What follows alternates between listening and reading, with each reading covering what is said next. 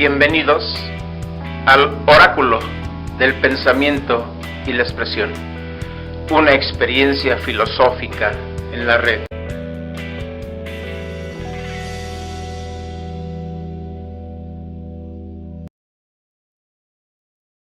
La percepción contemporánea está mediada por dispositivos o medios tecnológicos, protocolos de comunicación, aplicaciones, etc., de tal manera que la percepción se recrea desde una red universal digital, esto es, una especie de organismo electrónico gigantesco por su extensión y operativamente invisible que ha crecido y soporta cada día más funciones y aplicaciones, generando la necesidad de la mediación de la pantalla entre el mundo y el individuo, condición en la que los contenidos de sentido dependen más de las posibilidades estructuradas en los medios de comunicación que del lado del objeto y del sujeto.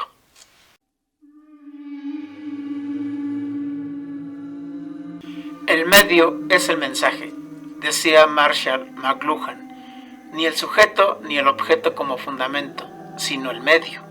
Lo que permite el medio, por cierto, no es una percepción de las cualidades esenciales de los objetos, en base a un esfuerzo lógico, cognitivo o epistémico por parte del sujeto, sino simplemente el consumo de signos, de imágenes de las cosas, datos, información que han sido generados mediante algoritmos y aplicaciones, haciendo o creando la ilusión en el sujeto de que es él quien genera el conocimiento o quien decide y dirige el rumbo de la sociedad.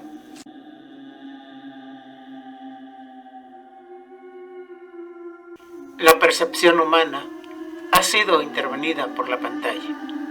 De pronto, la pantalla, el dispositivo o medio de comunicación cada vez con mayor velocidad para procesar información, mayor capacidad para almacenar datos, alta fidelidad y definición, resulta más seductor que el objeto y más inteligente que el sujeto. No cabe duda, la pantalla a pantalla acaba por convertir a los usuarios en narcisos, pero sin ninguna ninfa que los salve. La imagen suplanta a la realidad, tanto como las selfies.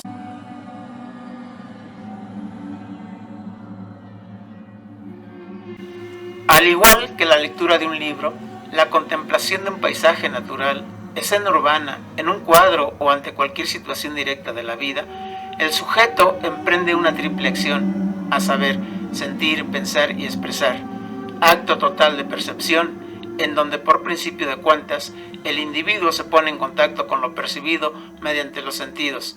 Posteriormente formula imágenes para ubicar, interpretar y entender los contenidos de la pintura, libro, paisaje o escena.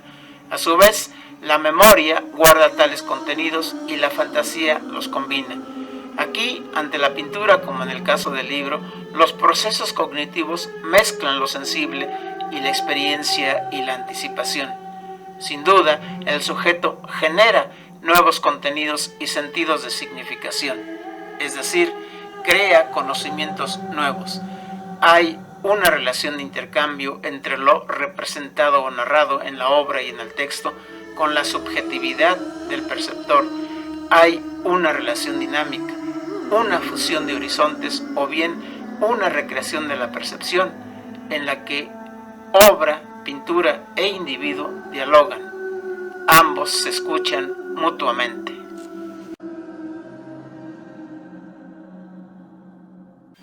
Por supuesto, la mirada y lectura del experto o especialista en pintura tendrá una percepción atenta, aunque acotada por las categorías, teorías, corrientes y estilos artísticos, es decir, pictóricos en este caso, desde donde interpreta, o en definitiva, desde su gusto y preferencia personal, pero en general, frente a una pintura o lectura, el perceptor común y el experto realizan un acto directo y total de percepción.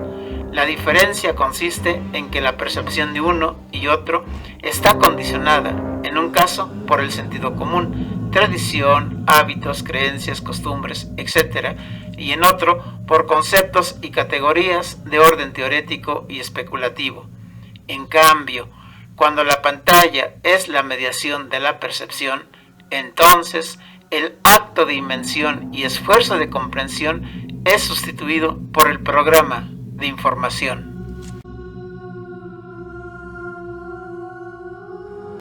La red, o mejor dicho, una vez más, las redes de pantallas reproducen lo ya dado, esto es, lo ya informado, originando con ello un nuevo tipo de objetividad o de ilusión realista, mimética y holográfica.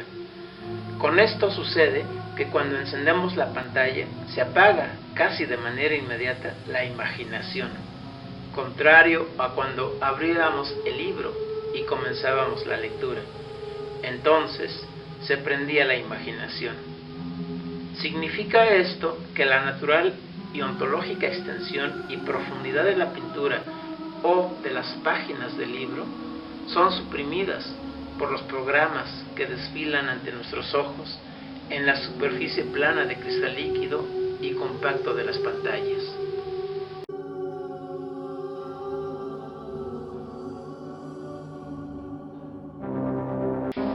En el acto de percibir el cuadro o el texto por mediación de la pantalla, los datos danzan o bailan ante nuestros ojos fijos e inmóviles, siempre abiertos.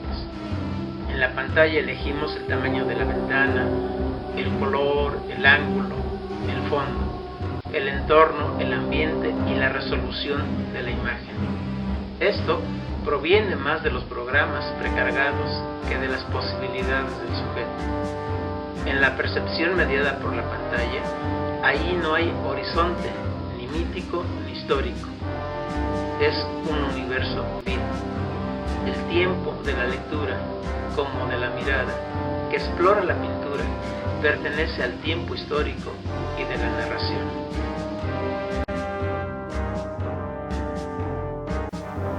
La pantalla es inmersiva. Se interactúa en tiempo real en territorios infográficos a la luz de una perspectiva telemática, distal y proxémica a la vez. Paul Virilio, Jimbo Guillar, Javier Echeverría y recientemente Yun-Chul Han hacen uso de estos conceptos o terminologías para calificar los procesos de percepción de la sociedad, de la velocidad y de la simulación. Un enunciado que resume lo hasta aquí expuesto sobre la mediación de la pantalla en la acción de percibir el mundo es el siguiente. Vivid vuestra vida en tiempo real. Vivid y sufrid directamente en la pantalla. Pensad en tiempo real. Vuestro pensamiento es inmediatamente codificado por el ordenador. Haced vuestra revolución en tiempo real, no en la calle, sino en el estudio de grabación. Vivid nuestra pasión amorosa en tiempo real, con video incorporado a lo largo de su desarrollo. Penetrad en vuestro cuerpo en tiempo real.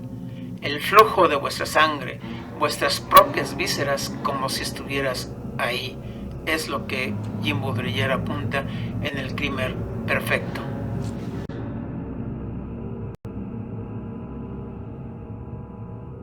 Los viejos modos de la representación moderna se han desmoronado para dar paso a una percepción totalmente positivizada, operacionalizada y transparente. En casi todos los planos de la vida, la percepción ha entrado en un vertiginoso tránsito y acelerada circulación de información, en donde la condición es dejar de caminar la tierra y mimetizar la existencia, a especie de un impulso electrónico para navegar e interactuar con otras señales o flujos de datos a través de las pantallas, como mediación entre la subjetividad y el creciente universo del ciberespacio. Extraña y novedosa forma de percepción que nos deja imágenes como las que siguen.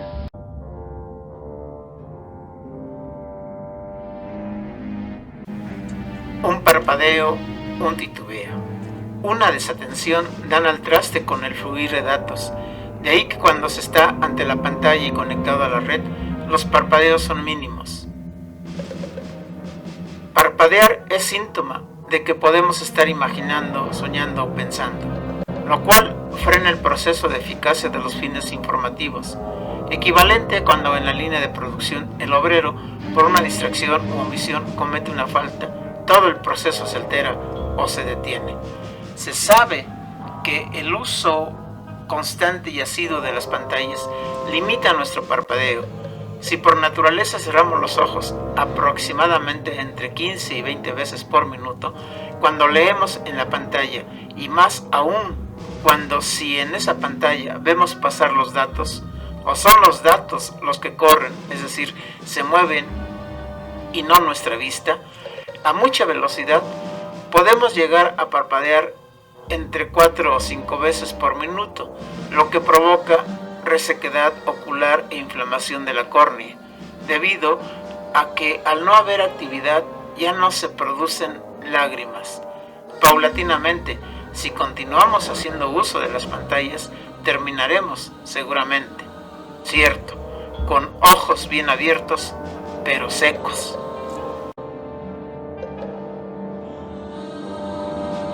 En la actualidad, la memoria arcaica y ancestral, cuyo horizonte de comprensión son el mito, poesía, religión, etc., tanto como la memoria académica e histórica, esto es técnica y científica, ambas que por su naturaleza son pesadas, por la riqueza y calidad de sus contenidos, han sido desplazadas y en algunos casos quemadas, al modo como en Fahrenheit 451 de Ray Bradbury se incendian bibliotecas por ser nocivas para la convivencia humana y distraer a las personas del consumo de la narcotizante y somnolienta cultura exhibida en la pantalla del muro central de la casa.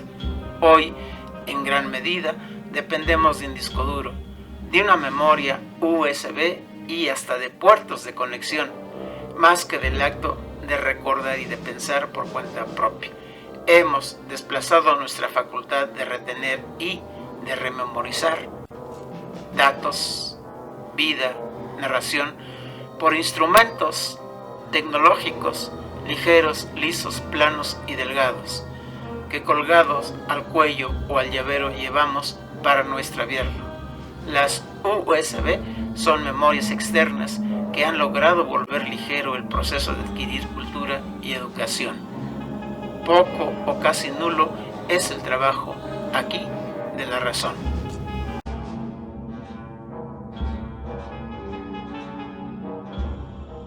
Fuera de la red, todos somos jokers. Dudamos al hablar, vacilamos al decidir, nos angustiamos al elegir estando fuera de la red. Dentro de la red nos sentimos seguros, amos y señores del ciberespacio. Desaparecemos en el anonimato y nos carcajeamos del mundo por la sencilla razón de que hay nada de serio y profundo. Ahí no vacilamos ni nos angustiamos. Equivale a un regreso a ese útero o placenta de donde alguna vez hemos sido expulsados o arrojados. La red se nos ofrece como el paraíso o nirvana, en donde no hay dolor ni sufrimiento, una forma exitosa de control. En la sociedad digital todo es programado y numerado. No controlamos la información ni el consumo. Al igual que el guasón, incapaz de controlar su risa, cojeamos tras la comunicación digital, que por debajo de la decisión consciente cambia decididamente nuestra conducta, nuestra percepción, nuestra sensación, nuestro pensamiento, nuestro modo de habitar la tierra y nuestra convivencia. La información no controlada, como la risa misma del Joker, provoca irritación, violencia, cortocircuito en la conducta tradicional y normal de los hombres.